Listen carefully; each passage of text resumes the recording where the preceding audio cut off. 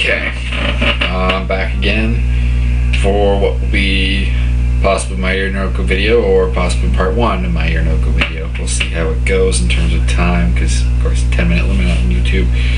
Alright, well, this is a bit of a super event. It doesn't really deserve credit to one organization. Officially it's under the M1 banner, but also helping in the planning are K1, Pancrase, apparently Deep, and also some former Pride executives are in on the whole planning process. Shudo is in there, and Pancrase. I think I said Pancrase already, but Pancrase. So it's a bit of a super one. You got fighters from pretty much all around the world. I mean, I don't think there's an American on the card. No, there is. Gilbert Melendez. Never mind. So pretty much all the major countries of MMA are represented. I'm going to break down the fights like I always do. Give you a winner, give you a method, give you a round. This is as accurate as the MMA playground is. There may be fights I miss. There may be fights I name that are not going to happen. Like I might... Well, I'm very disappointed they left off Jay-Z and Shinya Aoki off this card, because that was going to be an awesome fight.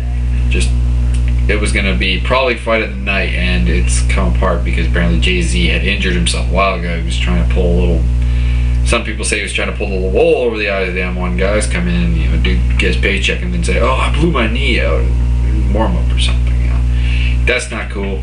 But until it's proven, I'm not really going to comment on about what this is about Jay-Z. Okay, starting from the bottom, working my way up, we have Makoto Takimoto versus Murillo Bustamante. Takimoto is 3-3. He is a gold medal winning judoka, maybe silver. Don't know.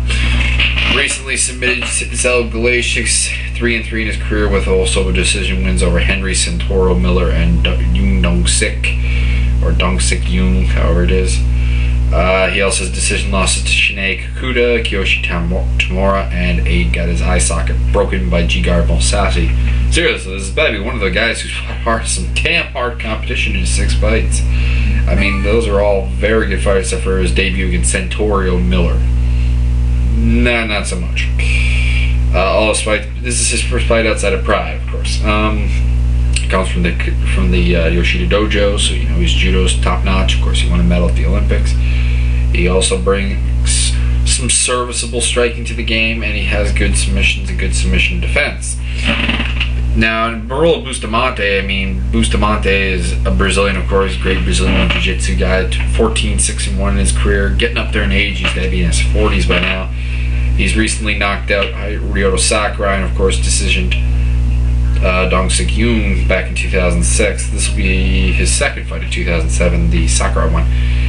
He's got some notable wins. He's beaten Ikuisa Minowa. He's obviously beaten Yoon Dong-sik and twice over Sakurai. He's beaten Masanori Suda. Matt Lindland, of course, he submitted twice in one night, basically. Dave Manet is also on there. Sanai Kikuta is another one. Who's a guy who's beaten Takimoto, but Kikuta is a bit of a judoka as well, so I don't know if that really has much bearing. All his losses are against top competition, twice to Dan Henderson, including a very controversial split decision. Also Mar Sulev, Quentin Rampage Jackson, Chuck Liddell, and Kazuhiro Nakamura. How do I see this fight going? It's going to depend on Bustamante. How good Bustamante is in his 40s is going to be have a huge bearing on this fight. And I say that because, I mean, as you get older, obviously skills diminish, ability to take a hit, and so on. These are all go downhill. And Takimoto's a good fighter. I'm taking Takimoto right now via decision, because I don't think he finishes Bustamante, no matter how bad Bustamante's gotten. I mean, his technique could be good enough to prevent submissions. Takimoto is not really a ground and pounder of any note, but I am going to go with Takimoto and make the reservation that if Bustamante comes out and looks like he usually does, he's probably going to win that fight, though. Okay, next up, we have Tetsuya Crusher Kawajiri and Luis Azeredo. Kawajiri, 19-4-2, recently lost decision. Well, not recently. This was back as last. This was actually a year ago, fully, to Gilbert Melendez at Shockwave 2006. Notable wins over Per Ackland, Charles Bennett, Joachim Hansen, Chris Brennan, Luis Firmino, Vitor Shalin, Hibero. You know, a lot of people basically. Eve Edwards is on there as well. He only loses top-notch competition. Azaredo is top-notch competition, but I don't see this being a good matchup for him. I mean, both these guys have good stand-up. I think Azaredo's a little quicker, but I think Kawajiri's got the power. Azaredo's 11-6. Not recently. Both these guys have been off for a while. They've been off since December of last year, each of them. He beat Paul Daly at Cage Rage 19 last time out by decision. Simply put, the chin of Azaredo is a bit suspect these days. Kawajiri has very, very heavy hands. I see probably Kawajiri stopping him. He's also a much better wrestler. I'm going to say second round by a KO. Maybe a TKO ground and pound stoppage could also be a possibility, but I guess we'll see. I mean, it's kind of the thing. Next up, this I think maybe replaces Aoki and Jay-Z as fight of the night. With that fight gone, is Yoshihiro Akayama, who's had one of the best years period, and Kazuo Masaki. Akayama, very respectable, 10-1. Lone loss coming to Jerome LeBanner, who's of course huge and a K1 kickboxing star. I mean, no shame there. He's got great submissions. He's got good stand-up. He has notable wins over Dennis Kang. Of course, there's no contest against Kazushi Sakuraba. He's also beaten Smirnovas, Melvin Mahoof. Yes, that kind of does it for notable wins, but still very, very good. 2007, he's only fought once, surprisingly, against Dennis Kang. I would have thought he fought more, but yeah, he's a phenomenal athlete, very strong, very fast, very hard to take down, good chin, all that stuff. Kazuo Masaki, of course, his opponent, the Grabaka Hitman, is 18-8-2. Recently lost, well, not recently, it was back in February, lost to Frank Trigg by decision. Of course, he is a tournament champion in Pride, although it was a fluky one. He got submitted by Paulo Fio. Fio could not continue, or at least could not continue in his opinion, and he fought the injured Dennis Kang to a split decision. He does have pretty much his biggest win being over Dan Henderson, but and taking Dan Henderson to the limit. He's incredibly hard to finish. He's got very, very well-rounded skills, but I think Akayama is going to be too much for him. I've just been kind of debating whether I think Akayama can finish him or not. I'm going to say no, and I'm going to get flamed for it, but I think Akayama by decision. And then this could be the bet of the night. Mitsuhiro Ishida and Gil Melendez. As it stands, Melendez is a heavy favorite against Ishida, and I'm a little uncertain about that. Ishida is 15-3-1, of course. He's not a great finisher, but he does have wins over the likes of Marcus Aurelio. I guess Aurelio kind of is his biggest win, unfortunately. Cristiano Marshall, David Bilkin, Paul Rodriguez amongst them as well.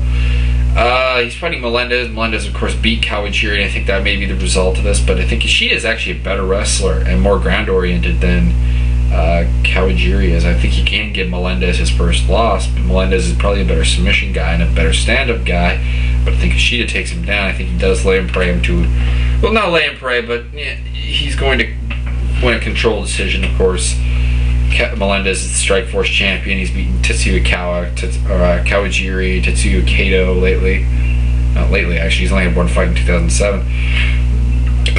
This is the question mark with a lot of these guys, is they've had a lot of off time. And this could end up like really, really throwing my picks to the dogs when, you know, that happens. I'm going to do one more fight and then I'm going to stop the video and just do this second half later. Actually, there's only two more fights left. I'll do it all. Hayato Maha Sakurai fighting against Hiyuko Hasegawa. Sakurai is 37-2. I don't think I need to go over his resume. I mean, the man is fantastically well-rounded. He's fought pretty much everyone you can think of. Jens Pulver, Gomi, Matt Hughes, Joachim Hansen. You know, basically everyone you can really think of almost. So I don't think he ever fought Kawajiri. That would be kind of his one thing missing, and of course Melendez. He's fighting Hasegawa, who's a veteran of many organizations in Japan, primarily the Deep, well, mainly entirely the Deep organization. He's had a bit of a rough patch in 2007, going 1-1-1. Hasegawa is a little bit bigger, maybe a little stronger, but I think Sakurai's, you know, better at everything. I think Sakurai takes this. I've been debating what he takes this by. I'm going to go with a TKO or knockout in the second round. Finally, we get to the return of Fedor Emelianenko against Hungman Choi, the technical Goliath, who is fighting for the first time in a year in MMA. He beat Bobby Olagun in his only previous fight. He is a good kickboxer, very, very solid, 7'2", 350 plus pounds. Fedor 26-1, of course, with a little loss being to TK Kosaka.